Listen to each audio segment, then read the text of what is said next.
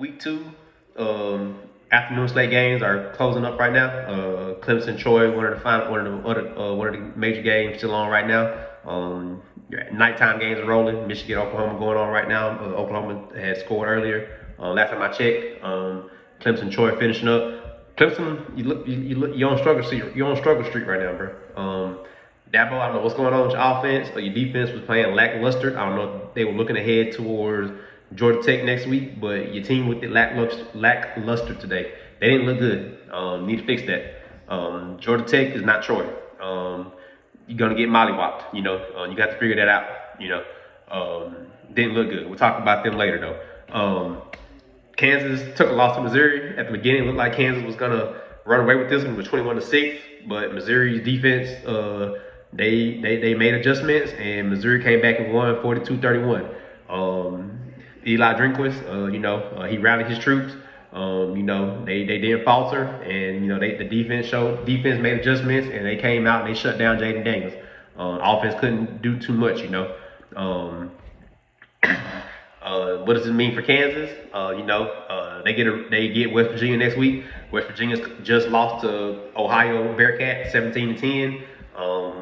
They don't look too good this year. Rich Rodriguez, first year back in West Virginia, his team is going to struggle. His team doesn't even look like a bowl team. This West Virginia team doesn't look that good this year. So I'm expecting Lance Leipold to get his guys back on the winning side next week when they play West Virginia. Missouri, you get Louisiana Lafayette next week, kind of a tune-up game, and then South Carolina comes to town.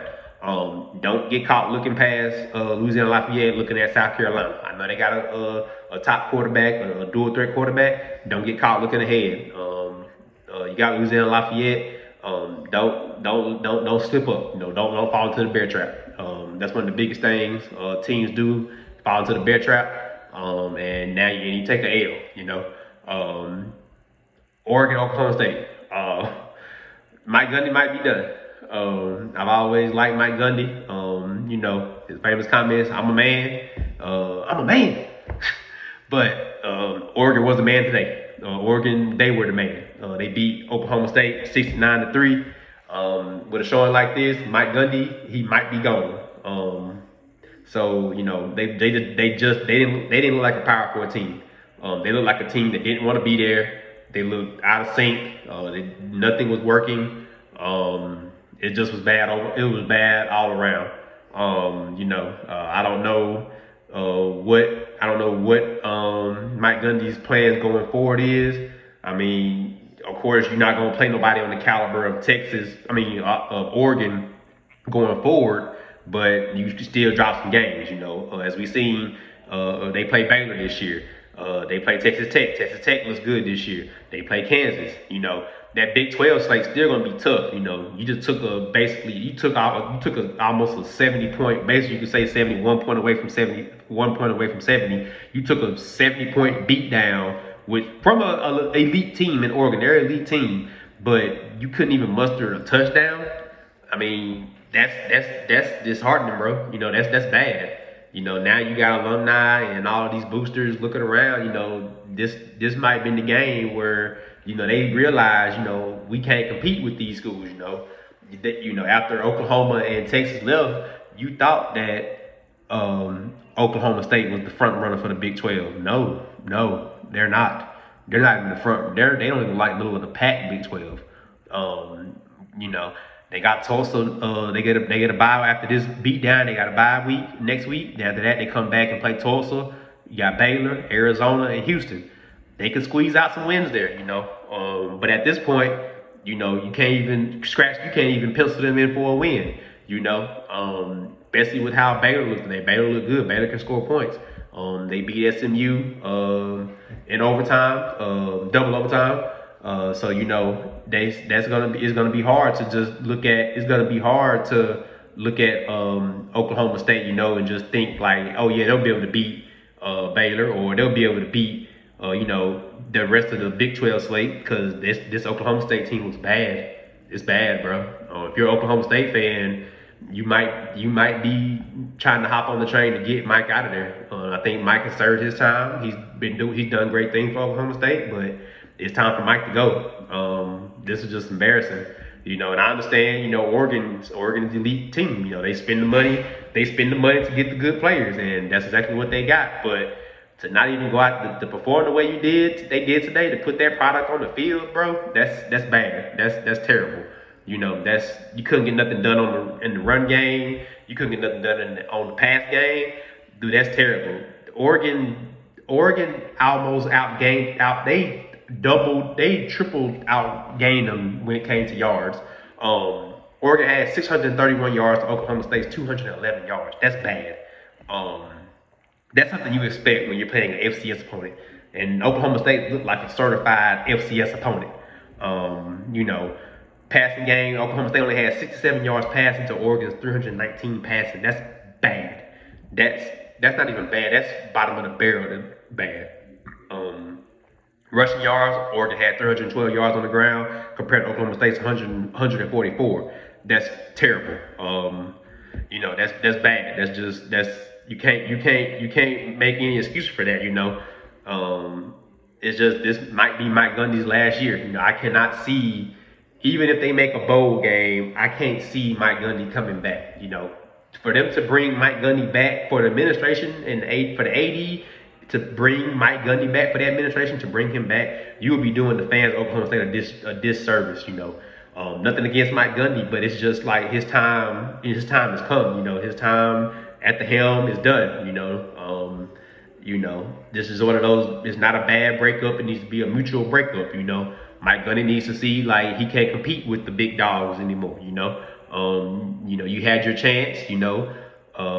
With the way Colorado looked today, you got teams like that in the Big 12. I don't see Oklahoma State beating those teams, and it's gonna be hard. It's gonna be hard for them with a demoralizing loss like this. It's gonna be hard for them to try to get a bowl game, in my opinion. I just don't see it, So we'll go from there. Like I said, they got a bye week after this. They'll have to spend that week doing some soul searching, Mike Gundy gonna have to, he's gonna have to do some soul searching between him and his coaching staff, and his players. They're gonna have to figure out what's the rest of their season gonna be. Is this game gonna defy the rest of their season? Because it was a bad loss, like a terrible loss. This is something you expect when you play an FCS opponent. I'm sure Dan Lanning and his team were expecting more from Oklahoma State, and this probably shocked them as well. To see this type of product Oklahoma State put out on the field. Definitely was a bad game. Ole Miss took down Kentucky 30-23.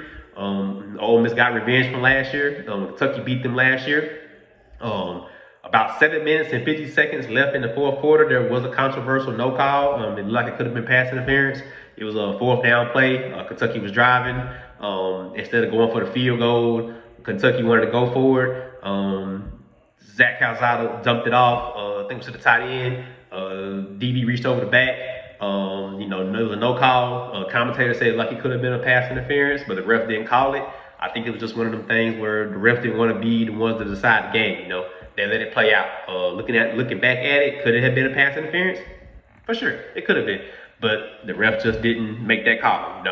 And so Ole Miss comes in, they get the W. Austin Simmons did get hurt. He was seen walking around, so it doesn't look like it was anything major. So we'll see how that goes. Kentucky, they get a tune-up game against Eastern Michigan next week before they have to go to South Carolina to play that strong South Carolina squad. So we'll see how they bounce back from this loss against Ole Miss, and then Ole Miss gets Arkansas coming to town next week. So Ole Miss will get tested again.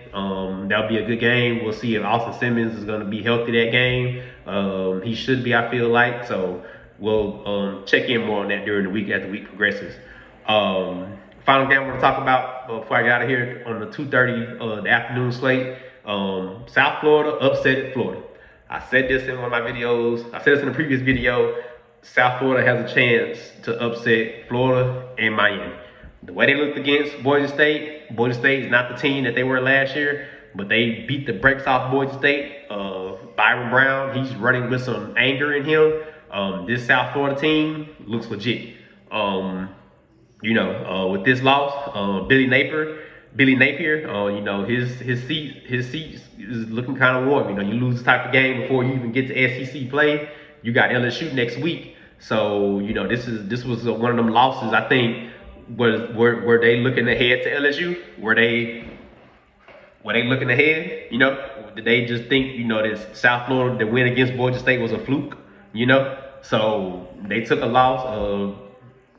Byron Brown illustrated a beautiful 2-minute drive down the field. They got the ball. Defense got the ball back. Byron Brown drove the team down the field, got them within inside the 5-yard line. They probably could have scored. Be honest with you, they probably could have scored a touchdown to ice it, but they got it down inside the 5, basically a field goal, basically an extra point, and the kicker kicked it 0 seconds on the clock, and they lost their minds. Alex Gulch. He's doing something down there. He's doing something down there in South Florida. He's doing something. He's got those kids motivated. You got a quarterback like Byron Brown playing the way he plays. That defense is playing lights out. That South Florida team looking like a team that could possibly sneak into the playoffs. You look at the rest of their schedule.